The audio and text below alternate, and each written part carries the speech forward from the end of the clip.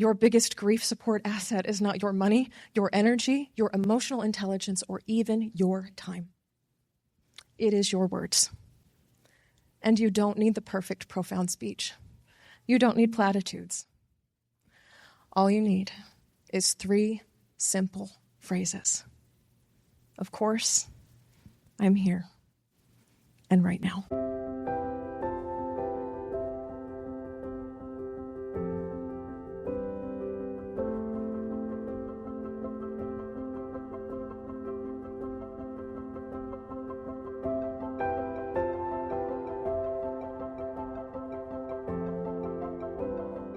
Hi there, grief growers. I am so grateful to be here with you as always. If you've been growing alongside me in my work for a while, welcome back. And if you are new to me and my work, hello. My name is Shelby Forsythia. I am a grief coach, a 3-time author, and the founder of Life After Loss Academy, where I have helped dozens of grieving people stop feeling lost, stuck, broken, and alone, and start building lives they genuinely love from the lives loss forced them to live. This includes not only death-related losses, but also losses like divorce and breakup, major diagnosis, and every other loss or life transition that changes your life. Here on Grief Grower, we believe that grief is not something we get over. It is something that we grow with and alongside, and that by treating grief less like a problem to be solved and more like an invitation to live more deeply, we can create meaningful lives rich with the memories we carry, the struggles we faced, and the preciousness of what it means to be right here and right now.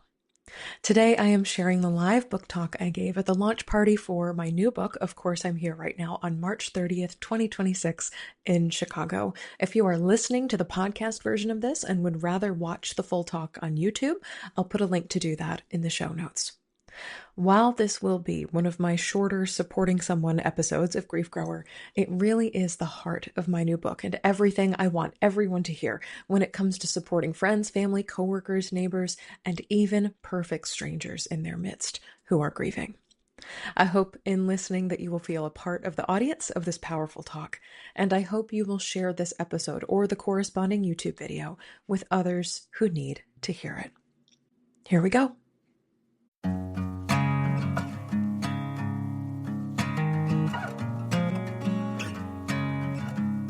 Shelby Forsythia.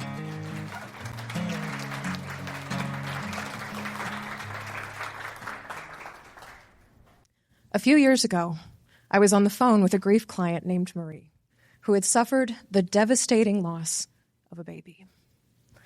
The death of this tiny, powerful dream of life was the absolute worst final blow after years and years of miscarriages and medical procedures, and Marie was understandably devastated.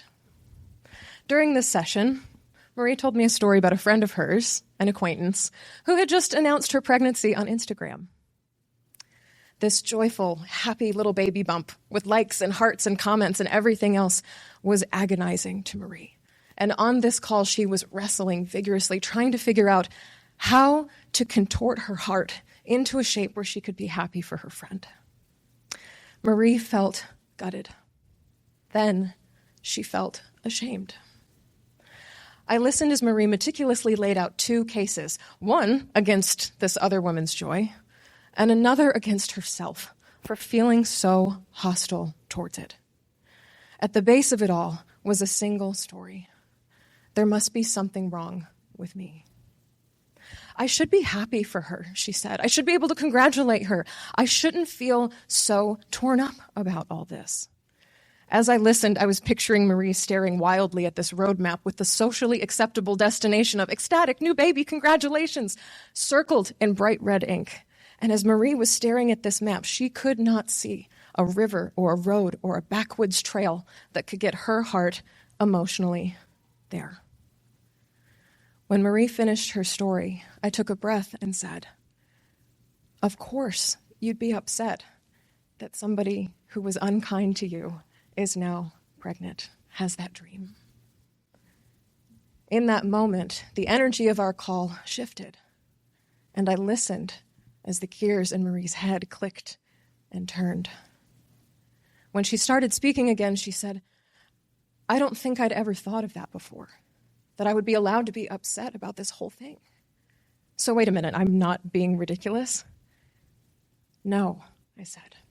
It sounds really normal to me.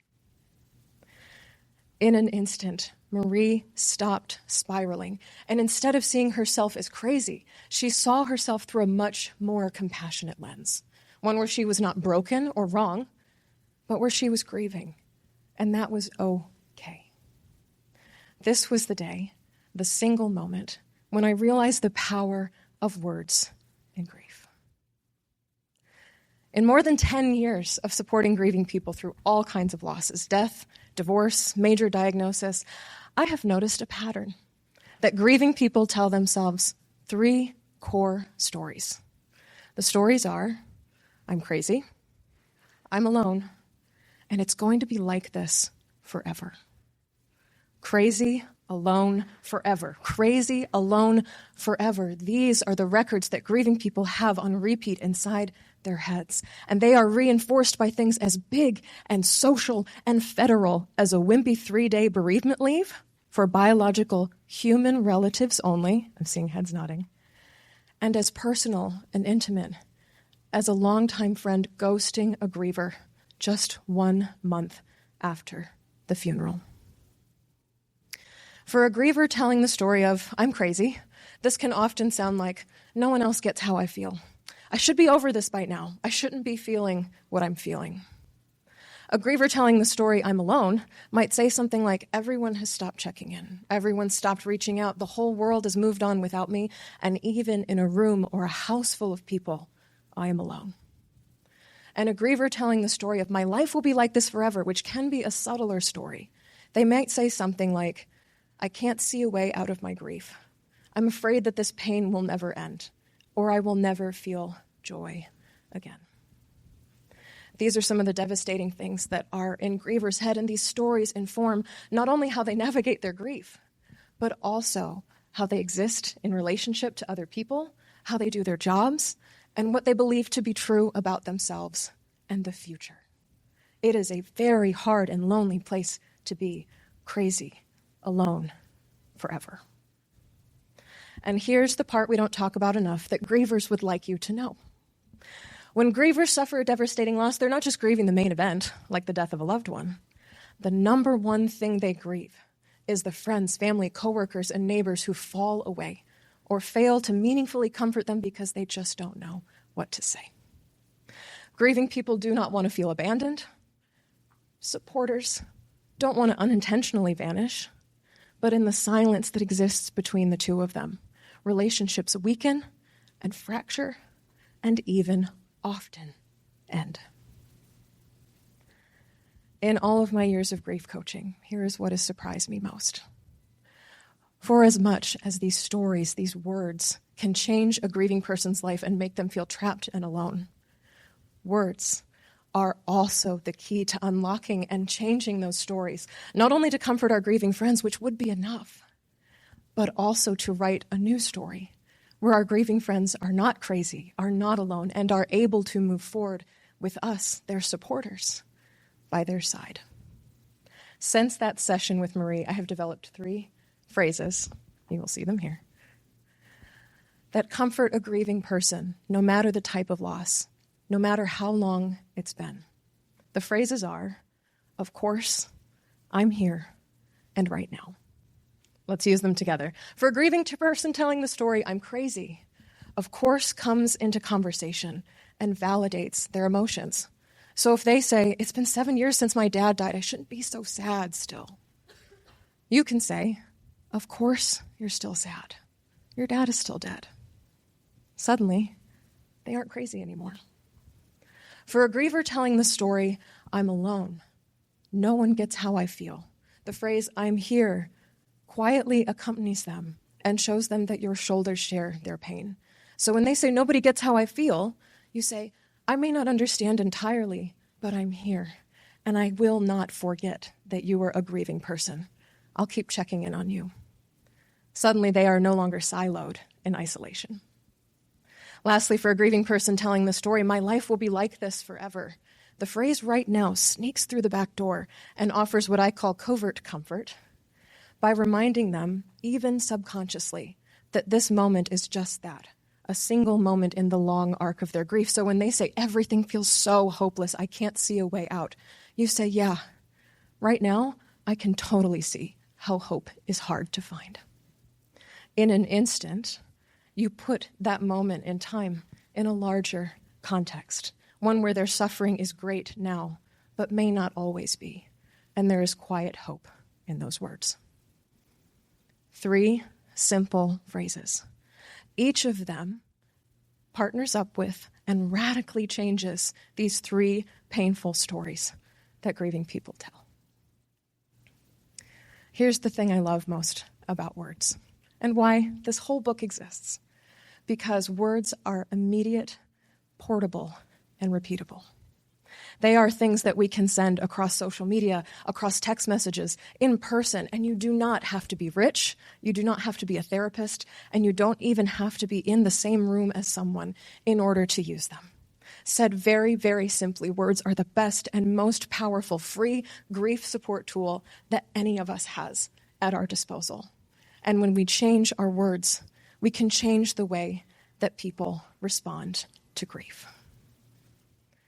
So the next time someone that you care about is grieving, whether they're grieving a relationship, a dog, a job, a marriage, a dream, a family member, a loved one, a new diagnosis, know that you do not need to solve their grief or fix their pain for them. In fact, you probably can't. But with your words, you can make them feel less crazy. You can help them to feel less alone.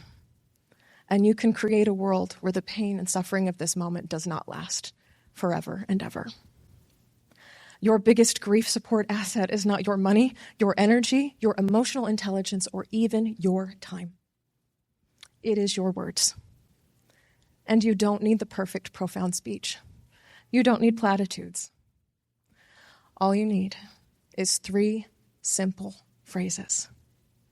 Of course, I'm here and right now. Thank you.